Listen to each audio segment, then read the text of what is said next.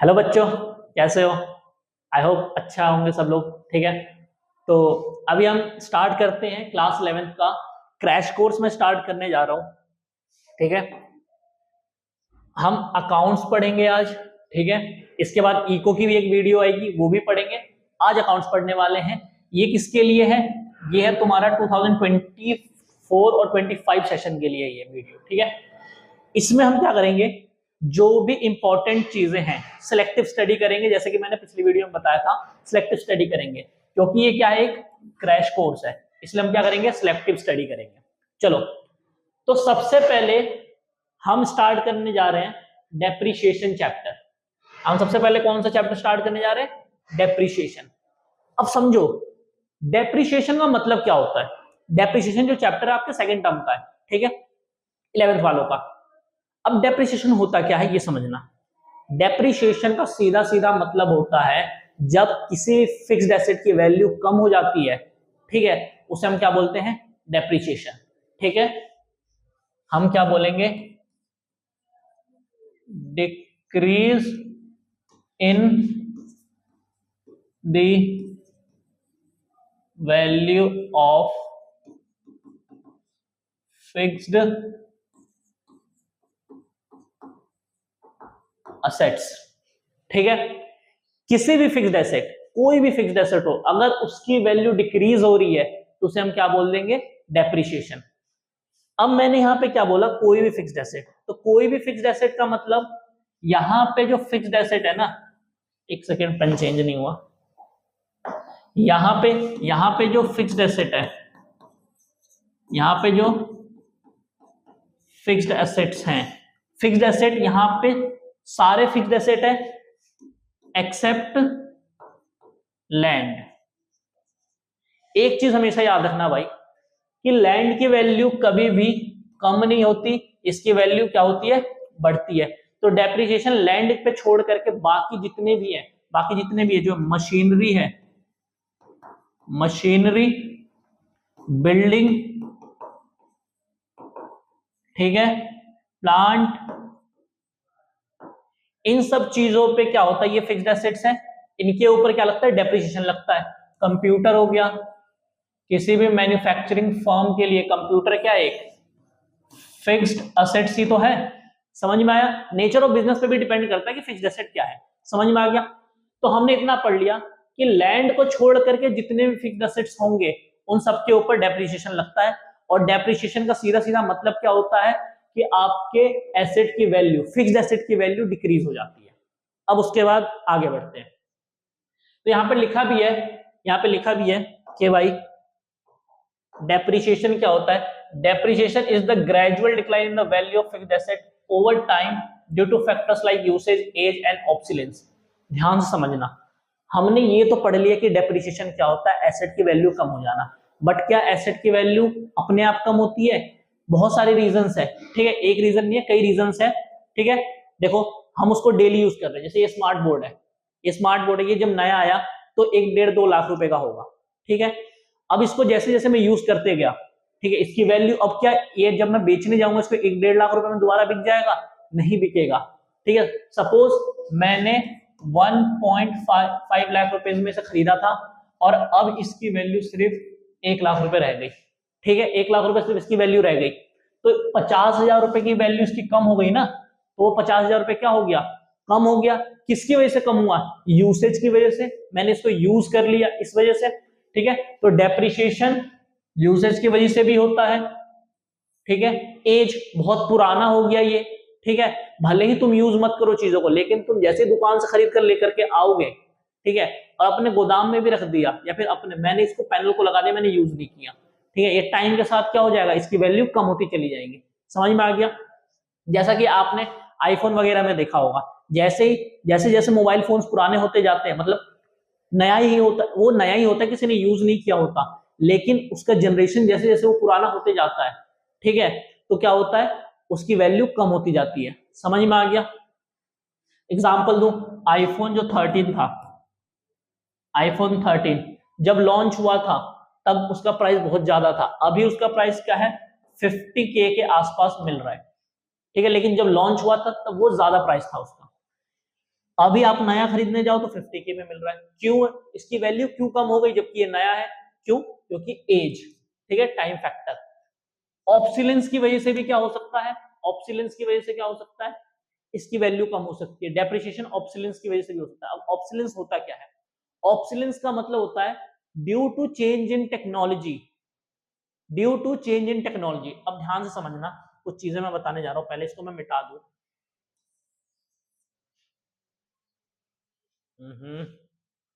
पूरा ही मिट गया ये तो।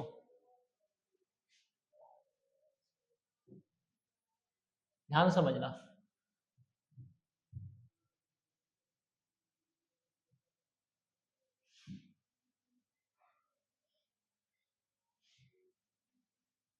मैंने क्या बोला?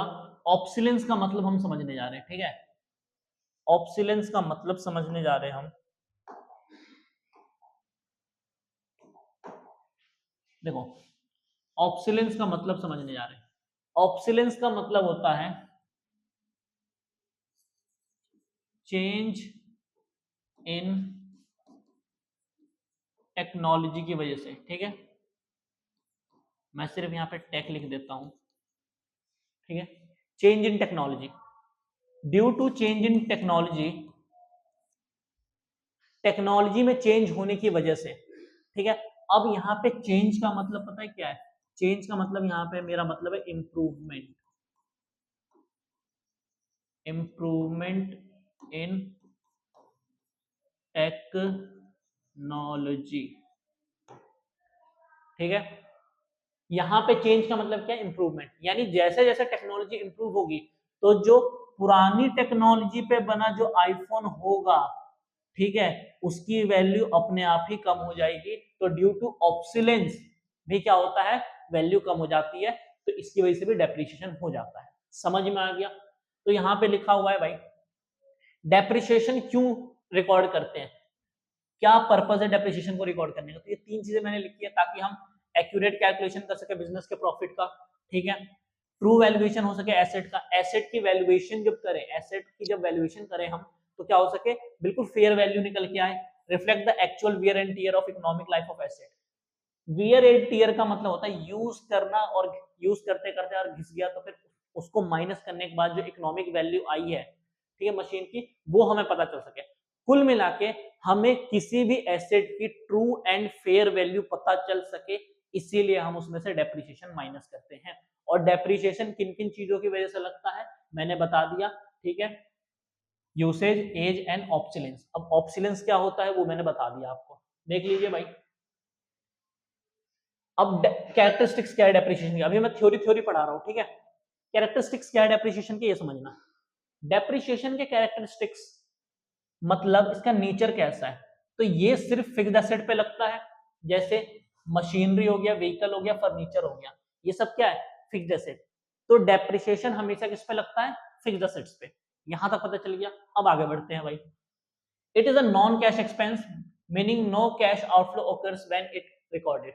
ध्यान से समझना, नॉन कैश एक्सपेंस का मतलब समझना। Non cash expense, non cash expense का मतलब समझना ध्यान से। समझो, मैंने ये बोर्ड 1.5 लाख में खरीदा था, ठीक है? अब इसकी वैल्यू हो गई है मान लो 1 लाख रुपीस। अब इसकी वैल्यू 1 लाख रुपीस हो गई, तो मैं बोल सकता हूं 50,000 जो है इसकी वैल्यू डिक्रीज हो गई, यानी 50,000 इसकी वैल्यू कम हो गई, जिसे हम क्या बोलते हैं? इसी को हम क्या बोलेंगे? डेप्रिसिएशन बोलूंगा मैं, इसी को डेप्रिसिएशन बोल दूंगा। अब ध्यान समझना, ये 50,000 रुपए वैल्यू कम हो गई, लेकिन क्या ये मेरे जेब से गया? क्या ये मेरे जेब से गया? ये मान लो ये मोबाइल है, 30,000 रुपए का मोबाइल है। अब मैंने इसको अच्छे से यूज कर लिया 3 साल, अब मैं इसको बेचने जा रहा हूं तो इसकी वैल्यू 18,000 रुपए आ रही है, ठीक है? पहले 30,000 रुपए का था ये मोबाइल, अब मैं इसको बेचूंगा तो मुझे सिर्फ 18,000 रुपए मिलेगा। तो ये जो बीच का 12,000 है, ये क्या है? डेप्रिसिएशन है। बट क्या ये मैंने अपने जेब से पे किया ये 12,000 रुपए? क्या ये मेरे जेब से गया 12,000 रुपए? नहीं गया। समझ में आया? मैंने सिर्फ ये 30,000 रुपए पे किया था, उसके बाद ये 12,000 रुपए दोबारा मेरे जेब से नहीं गए। ऑल्दो ये दिख तो रहा है कि ये मेरी वैल्यू कम हुई है, लेकिन क्या एक्चुअल मेरी जेब से कैश गया है? नहीं। तो इसीलिए इसको क्या बोलते हैं? Non cash expense. यानी ऐसा एक्सपेंस, ऐसा खर्चा, ठीक है, ऐसा खर्चा जिसमें तुम्हारा कैश नहीं जा रहा, ठीक है, इमेजिनरी खर्चा है। समझ में आ गया? जिसे हम कहते हैं नॉन कैश एक्सपेंस। अब it reduces the book value of the asset adjusting it to reflect the current usable value. ध्यान से समझना, बुक वैल्यू का मतलब पता है क्या है? बुक वैल्यू मतलब बुक्स में जितना तुम्हारा रिकॉर्डेड है। मान लो मैंने, ध्यान से समझना, एक चीज बताता हूं। मान लो मेरे पास ना मशीनरी है, मेरे पास मशीनरी है 10 लाख रुपए की, ठीक है, बुक्स में इतना रिकॉर्डेड है। ये क्या है? In the books of account, in the books of accounts, books of accounts में मेरे पास मशीनरी है 10 लाख रुपए की, और अगर मैं इस मशीन को बेचने जाऊं तो मार्केट में इसकी वैल्यू मुझे मिल रही है सिर्फ 9 लाख रुपए। तो मैं क्या बोल सकता हूं? ये जो 9 लाख रुपए ये मेरी मार्केट वैल्यू कहलाती है, और ये जो 10 लाख है, ये जो 10 लाख है, ये मेरे क्या है? Book value. यहां तक पता चल गया? बुक वैल्यू का मतलब तुम्हारे बुक्स ऑफ अकाउंट्स में किसी भी असेट या फिर किसी भी चीज की जो भी वैल्यू रिकॉर्डेड है उसे हम क्या बोल देते हैं? Book value. यहां तक आ गया समझ में? आगे बढ़ते हैं। अब देखो भाई, डेप्रिसिएशन के क्या क्या कॉजेस हो सकते हैं? वियर एंड टियर, ऑब्सोलेंस, ठीक है, ये सारी चीजें हमने पढ़ ली। डिप्लीशन, डिप्लीशन का मतलब क्या है? Reduction in the value due to natural extraction, ठीक है, नेचुरल एक्सट्रैक्शन के वजह से अगर वैल्यू कम होती है तो उसे डिप्लीशन बोलते हैं। डेप्रिसिएशन कहीं कहीं पे डिप्लीशन भी बोल देगा आपको। समझ में आ गया? तो नेचुरल एक्सट्रैक्शन की वजह से अगर वैल्यू कम हो रही है तो उसे डिप्लीशन बोलते हैं। इतना समझना। उसके बाद आगे बढ़ते हैं, मेथड्स ऑफ डेप्रिसिएशन। देखो, डेप्रिसिएशन कैलकुलेट करने के दो मेथड है। पहला मेथड है तुम्हारा straight line method. Straight line method का मतलब बिल्कुल स्ट्रेट चलता जाएगा, स्ट्रेट चलता जाएगा। मतलब 2020 में, ठीक है, 2020 में मैंने मशीन खरीदा, तब भी 1 लाख रुपए डेप्रिसिएशन लगा, डेप्रिसिएशन तब भी 1 लाख। फिर 2021 में यही मशीन उठ करके आया, तब भी 1 लाख रुपए मैंने डेप्रिसिएशन माइनस किया। फिर यही मशीन 2022 में भी मैंने यूज किया, और इस साल भी मैंने 1 लाख रुपए ही क्या किया? डेप्रिसिएशन चार्ज किया। फिर 2023 आया, तब भी मैंने इसमें 1 लाख रुपए ही डेप्रिसिएशन चार्ज किया। क्या मैं बोल सकता हूं कि हर साल सेम अमाउंट से डेप्रिसिएशन चार्ज हो रहा है? बोल सकता हूं ना, हर साल सेम अमाउंट से डेप्रिसिएशन चार्ज हो रहा है।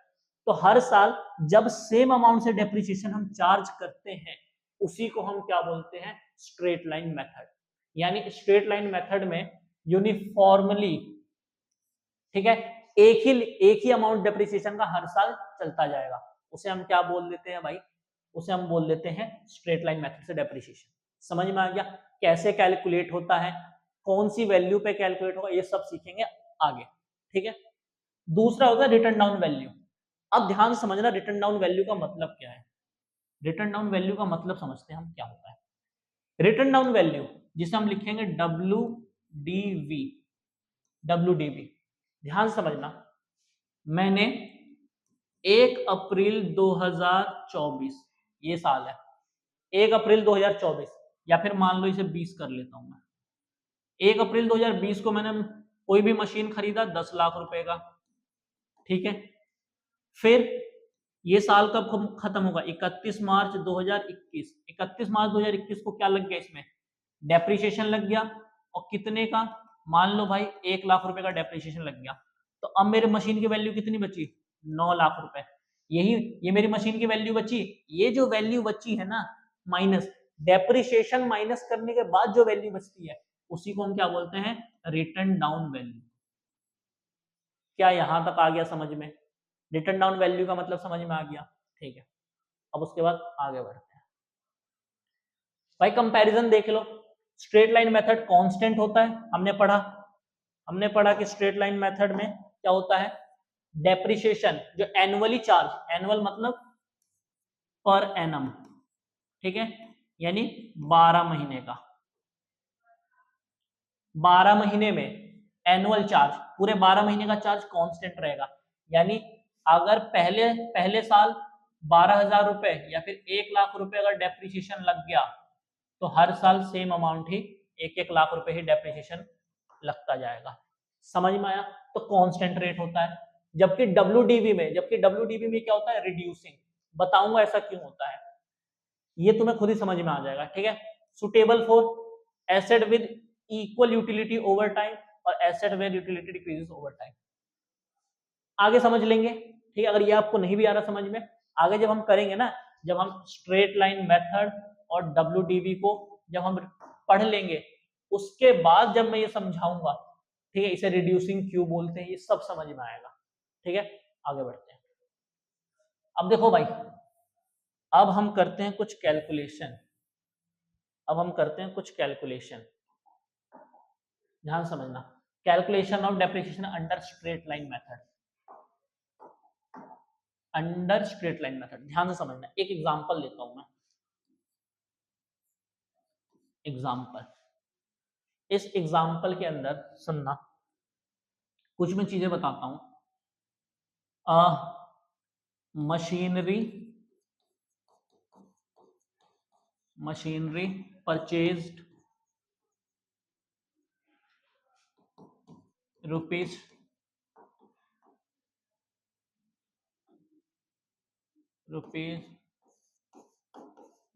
10 लाख रुपीज। ठीक है। 10 लाख रुपए की मशीनरी खरीदी। उसके बाद इसकी स्क्रैप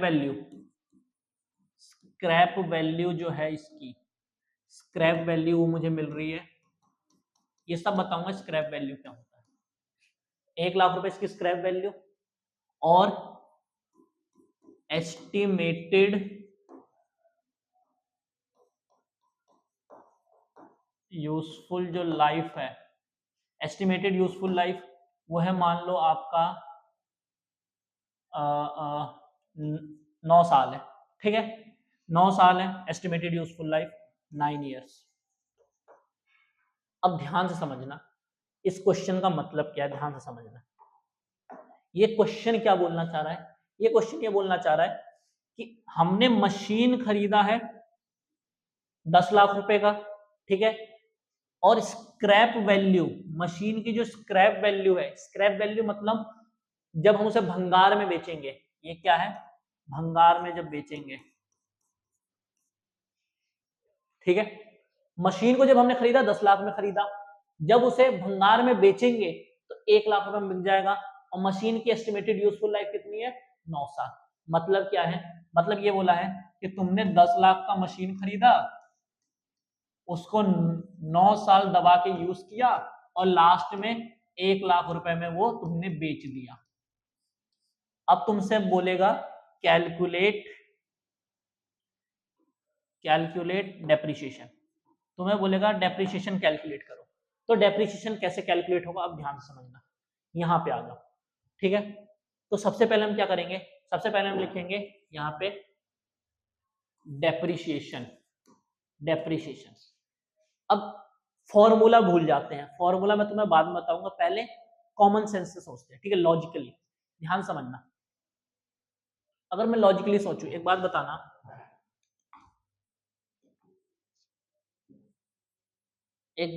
भाई। ठीक है। मैंने 10 लाख रुपए का मशीन खरीदा। ठीक है। 10 लाख रुपए का मशीन खरीदा और 1 लाख रुपए मुझे मिल जा रहे हैं बेचने पर। ठीक है। 10 लाख रुपए का मैंने मशीन खरीदा, मैं दबा के मैंने उसको इस्तेमाल किया 9 साल, 1 लाख रुपए मुझे फिर भी मिल जा रहे हैं। तो क्या मैं बोल सकता हूं कि सिर्फ 9 लाख रुपए ही तो मेरे, सिर्फ 9 लाख रुपए ही वैल्यू कम हुआ है ना?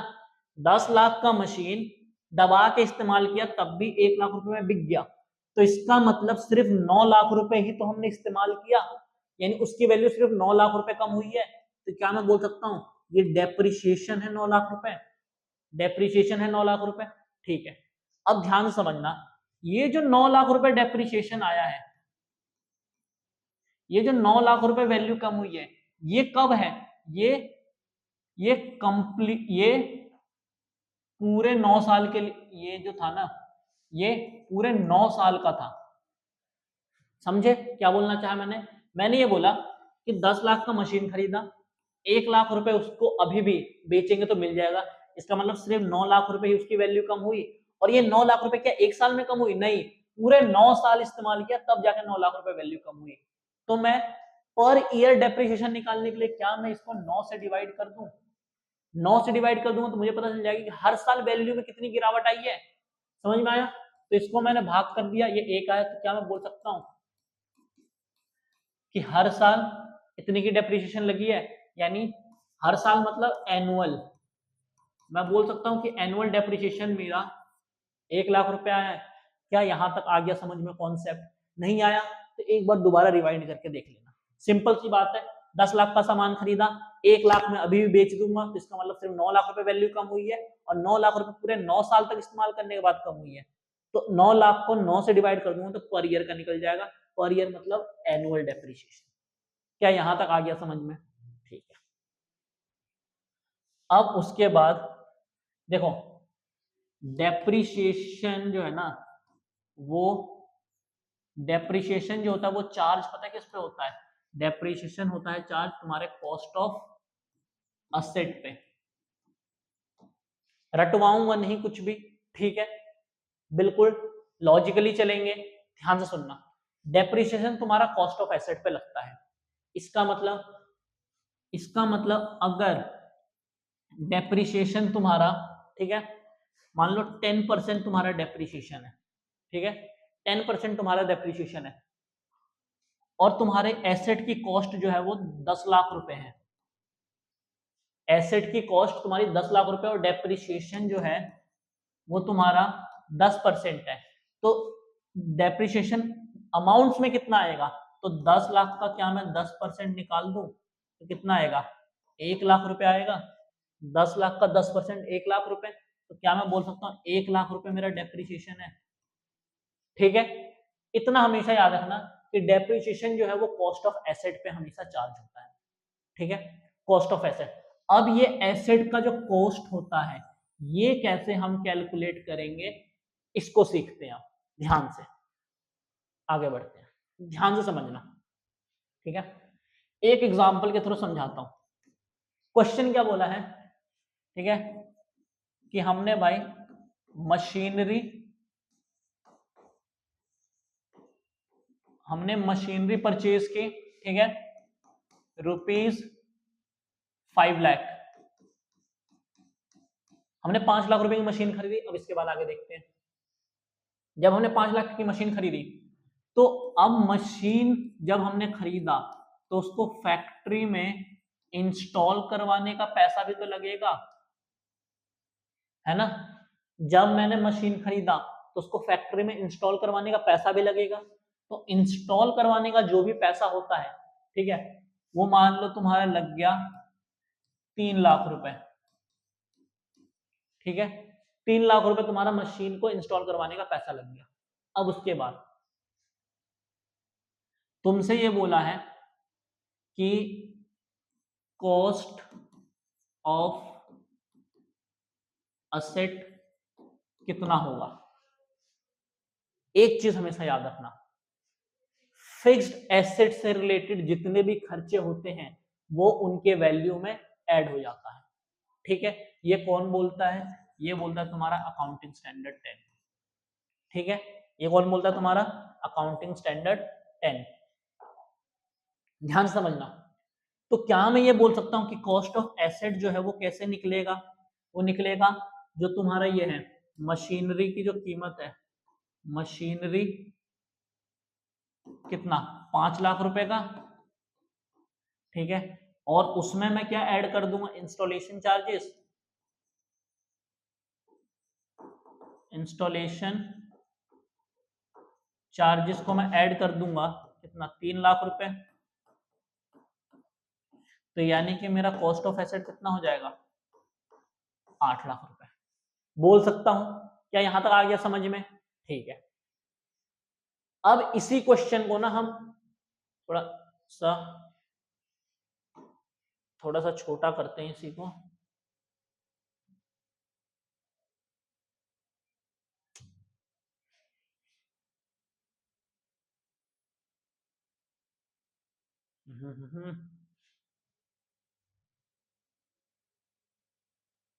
ठीक है, इसको थोड़ा सा छोटा कर दिया।